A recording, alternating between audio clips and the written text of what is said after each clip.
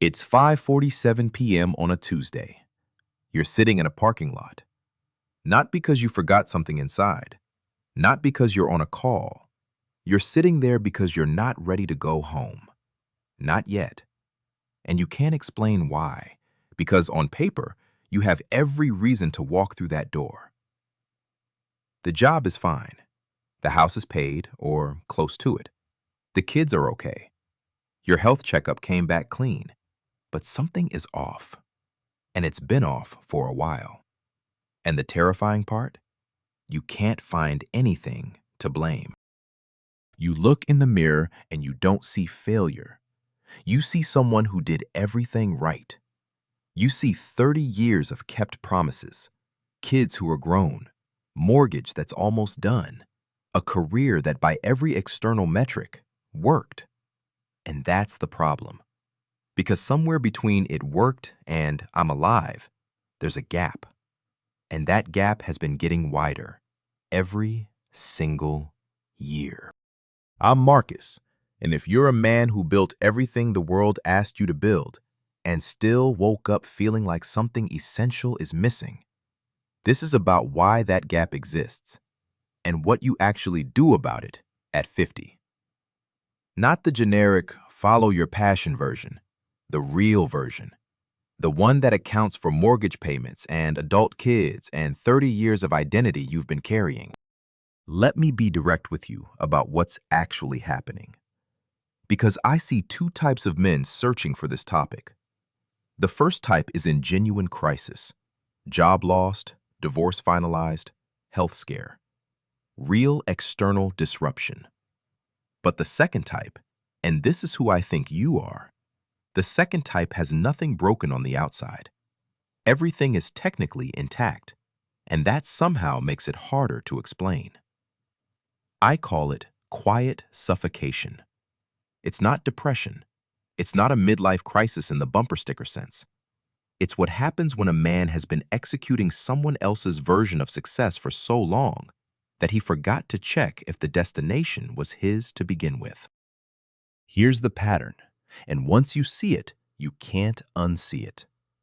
When you were 22, 23 years old, you were handed what I call the identity blueprint. It wasn't written down. Nobody sat you down and said, here are the rules, but you absorbed it anyway. From your parents, from your culture, from watching other men get rewarded for certain behaviors. The blueprint said, get a stable job, get married, buy a house, provide, be responsible, don't complain. And the implied promise was, do all this and you will feel complete. Most of you followed that blueprint faithfully. Some of you even excelled at it. But here's what nobody put in the fine print.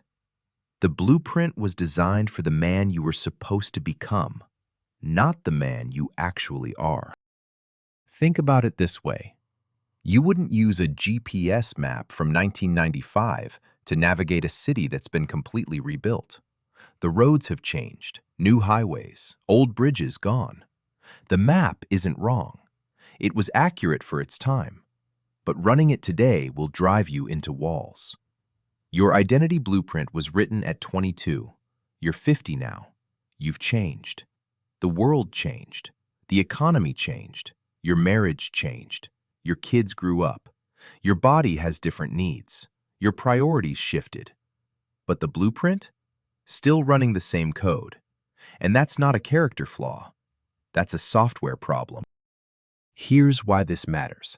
And I want you to listen to this carefully because this is the part that most men get completely backwards.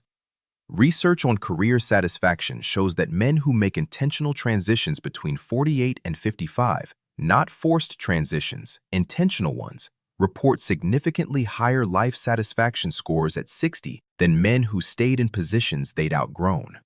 Not marginally higher, substantially higher. The conventional wisdom says, don't rock the boat at 50. Stay the course. Protect what you have. That advice is designed for men who are afraid. It's not designed for men who are ready. At 25, your greatest asset is energy and time. You can brute force your way through problems, work 80-hour weeks, recover fast, pivot quickly. That's a warrior's game, and it's a valuable game. But at 50, you have something a 25-year-old cannot buy, cannot fake, and cannot accelerate: pattern recognition. The ability to see where things are going before they arrive. Scar tissue that tells you which battles are worth fighting. Networks built over decades. And, critically, the self-knowledge to know what you actually want versus what you were told to want. That's not a consolation prize for losing your youth. That's a different kind of capital entirely. The warrior uses force. The strategist uses leverage. If you're still trying to play the warrior's game at 50, you're fighting on the wrong battlefield. If you're still here at the 5-minute mark, I want you to know something. You are already in a different category than most men who click on videos like this. Most men want a 3-step fix, a shortcut, something they can implement by Thursday. You're here because you know this is bigger than that. You know this is about the architecture of the next chapter of your life. The next section is where we get specific. This is where the blueprint gets rewritten. Here's what I want you to understand before we talk about what to do. Starting over at 50 is not an admission that your life was a mistake. Say that again to yourself. Starting over at 50 is not an admission that the last 30 years were wrong. Those years built the foundation, the skills, the network, the hard-won self-knowledge, the scar tissue that is actually a competitive advantage. What you're doing at 50 is not demolishing a building. You're renovating it. And here's the part that most advice gets wrong. You don't have to blow up everything to start over. Most men think it's binary. Either stay exactly as you are or leave and start from scratch. That's not the choice. The real choice is, which parts of who you are get to move forward with you, and which parts were only serving someone else's story. And here's the permission I want to give you, clearly, without hesitation. You don't owe anyone the version of yourself that was built to meet their expectations. Not your parents' version, not your first employer's version, not the version your neighborhood expected. That version served its purpose. You can retire it with dignity, not shame. What comes next gets to be designed by you, possibly for the first time. So, you're 50. You know the blueprint is outdated. You have permission to update it. Now what? Here's what actually works. Not theory, not motivational poster advice. 3 specific moves, in order. Move 1. The audit before the action. Before you quit anything, change anything, or announce anything, spend 30 days doing what I call the clarity audit. Every week, one question only. What activities give me energy, and what activities drain it? Not what am I good at, not what pays well. What gives you energy? Write it down. Actual paper. Every week for 30 days. At the end of 30 days, you'll have more useful data about your next chapter than any personality test on the internet. Why does this matter? Because most men at 50 who restart do it reactively. They run from something. The men who succeed do it proactively. They run toward something specific. The clarity audit tells you what to run toward. Move 2. The soft launch strategy. The biggest mistake men make when restarting at 50? Going all in before they have data. They quit the job Monday. By Thursday, panic sets in. Here's a better model, the soft launch. For 90 days, while you're still in the current situation, you run a parallel experiment.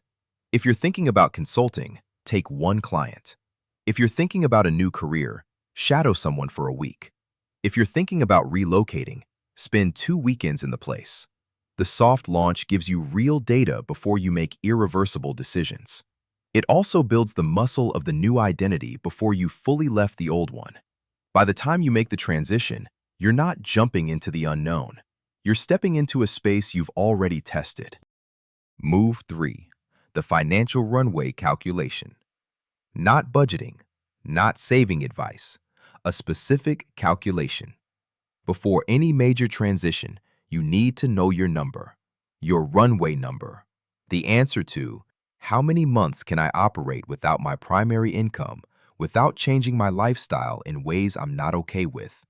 For most men, when they actually calculate this, the number is longer than they thought and shorter than they hoped. Write it down. That number is your decision-making framework. If your runway is 6 months, soft launch only. If your runway is 18 months, you have real optionality. If your runway is 36 months, you have what I call sovereign optionality, the ability to choose without desperation influencing the choice. The goal is not to stay comfortable. The goal is to make transitions from a position of calculated confidence rather than financial panic. I want to close with this. There are men watching this right now who have been carrying this question for years. Not months, years. They've been running the calculation in their head every morning in that parking lot, every night staring at the ceiling. Is it too late? And the answer, the real answer, is not yes or no. The real answer is, the fact that you're still asking means it's not. The men for whom it's too late stopped asking. They made peace with the gap and learned not to look at it. You haven't done that. You're here, still asking, still running the calculation. That's not weakness. That's the thing that distinguishes the men who build a second chapter from the men who spend their second half managing the first one. Starting over at 50 isn't about erasing anything. It's about finally building something that was always yours to build, and choosing to do it with the experience and the self-knowledge that the first 30 years actually gave you. That is not a second chance. That is, if you think about it clearly, your first real chance to build exactly what you meant to build. Here's the only question that matters now. Not what Marcus thinks, not what the data shows, not what this video said. What is the one version of yourself, the one you've been quietly drafting in the back of your mind, that you keep deferring because you told yourself you were too old, too committed, too far in? Write it below. Not for me. Write it because putting it into words is the first act of building it, and you might be writing the roadmap that another man at 50 needs to read tonight. If what you heard today connected with you, the blueprint framework, the soft launch model, the idea that 50 is not a ceiling, but a different kind of foundation, subscribe to this channel. We're building a community of men who refuse to manage their second half on autopilot, and I'll see you in the next one.